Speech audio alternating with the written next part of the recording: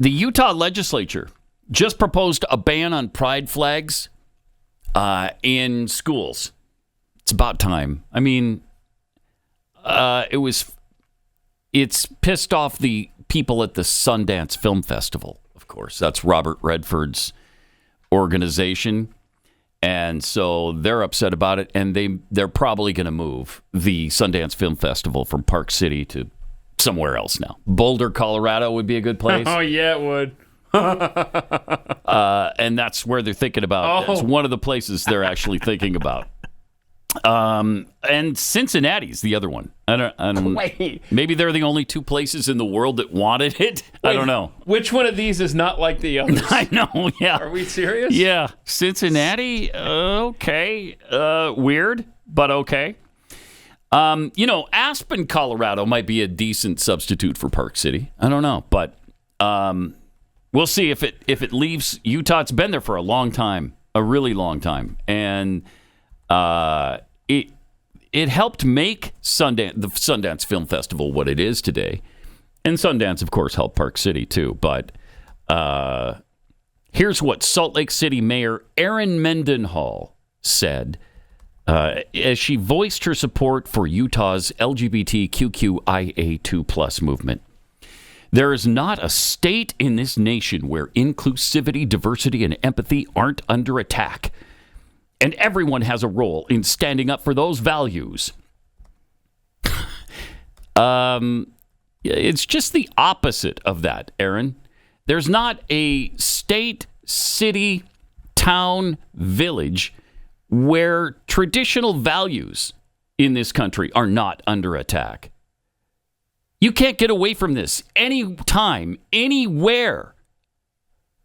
She said Salt Lake City will never stop supporting our neighbors, including the LGBTQIA community, and Sundance is an incredible partner in that support. The power of amplifying voices and creating change through art is needed now more than ever in this ongoing work. Now, the problem is that this effort, this agenda, has reorganized our society. She's wondering, what were they thinking in the Utah legislature? Well, they were thinking about keeping sexual preferences out of our school system. How about if we leave that to the parents and not the school system to educate our kids on sexuality? Since when did public education become the place where you're going to teach them about homosexuality, transgenderism, all of these things? I don't want that for my kids at school. I certainly didn't when they were in school. And that's why we homeschooled, because we didn't want a part of that. But they're all hacked off over this situation in Utah, Salt Lake City is one of the most gay-friendly cities in the country. And to just keep the pride flags and things out of schools, that's really too much to ask? We have gone so far the other way into from being kind or accepting of people to now we're supposed to embrace and support everything they do and then promote everything they do. And the problem is that's the agenda has never been acceptance, because they got that a long time ago. That was one of the things with the gay marriage situation. They used to ask us all the time, well, why do you care if I marry who I marry? What do you care what I do in my bedroom? I don't care. What I care about is your ultimate agenda, though, and that's changing our civilization. That's the fundamental transformation of our civilization. And years ago, there was a gathering of gay activists, and one of the leaders at that conference said the quiet part out loud when she said this. I agree. It's a no-brainer that we should have the right to marry. But I also think equally that it's a no-brainer that the institution of marriage should not exist. Okay. Well, you just kind of threw that out there, too. Oh, by the way, the institution of marriage should not exist. That's one of the most important institutions in civilization there, hon. So, yeah, and they cheer it. Yay! She said the quiet part out loud. That causes my brain some trouble. Yeah. And part of it, why it causes me trouble, is because fighting for gay marriage generally involves lying about what we're going to do with marriage when we get there. Because we lie that the institution of marriage is not going to change. And that is a lie. The institution of marriage is going to change, and it should change. And again, I don't think it should exist. I don't like Thank you for sharing taking part in creating fictions about my life. That's sort of not what I had in mind when I came out 30 years ago. Oh, okay. Well, good. Well, thank you for sharing that. One of the few that would actually admit what the agenda was at the time. And look at how far we've come since then. Not only has gay marriage been normalized, but everything else is normalized. The parades are normalized. The flags are normalized. You have to embrace it. You have to make it part of your website. You have to use Facebook to promote their lifestyle. All of these things have happened since. That's the problem here. That's why in Utah they've suggested or put out this legislation, which hasn't been voted on yet. But that's why they're saying, hey, let's keep the pride flags out of schools. Can we do that? I mean, nobody's flying heterosexual flags in schools. Why?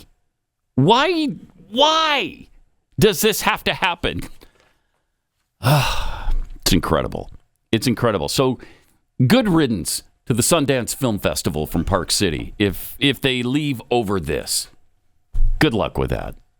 Start it up somewhere else. Who cares? Meanwhile, on a more somber note, this is really sad because this is a person who was caught up in all of this stuff as a teenager, and she's, I don't know, early 20s now. I guess this came out first about a year ago. It's making the rounds again online. This is a woman who is really, really sad about the fact that she transitioned as a teenager. And this is in front of the New Hampshire Assembly? Yeah. Okay. Yep. Her name is Katie Lennon, and she talks about the terrible mutilation of her body when she was a teenager. Listen to this. It's heartbreaking. I'm a detransitioner, and I live in Lowell, but I work, worship, and do business in Nashua.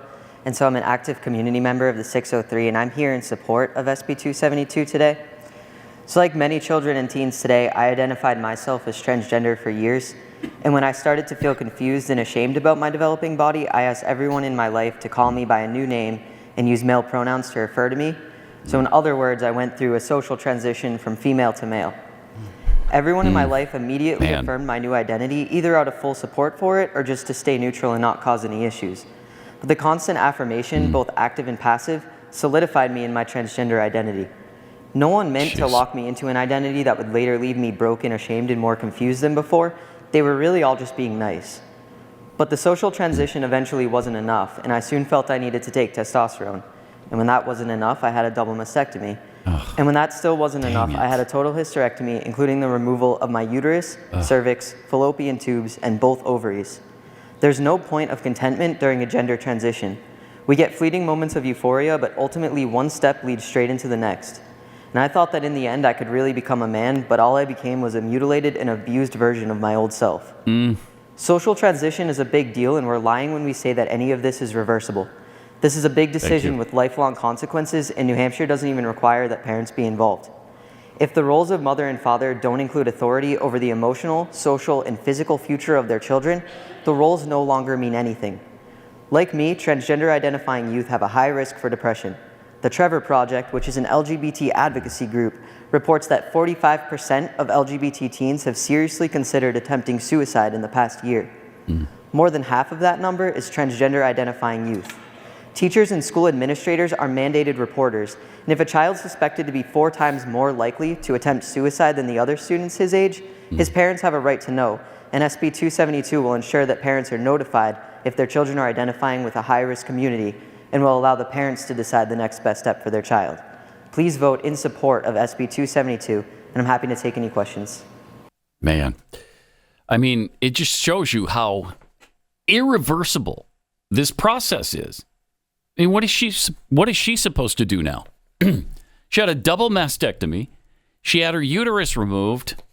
That still didn't make her a man. You couldn't change her chromosomes. So, somewhat difficult there. And it's really sad that she was lied to. Yeah, and all your pushed allies, along that process. all of her allies at the time on the radical left, they abandoned them. You bet. And it's Yep. thanks for being useful for our movement. The end. Yeah. They don't care. Yeah, where are they now? Nowhere. Just like you said, they don't care.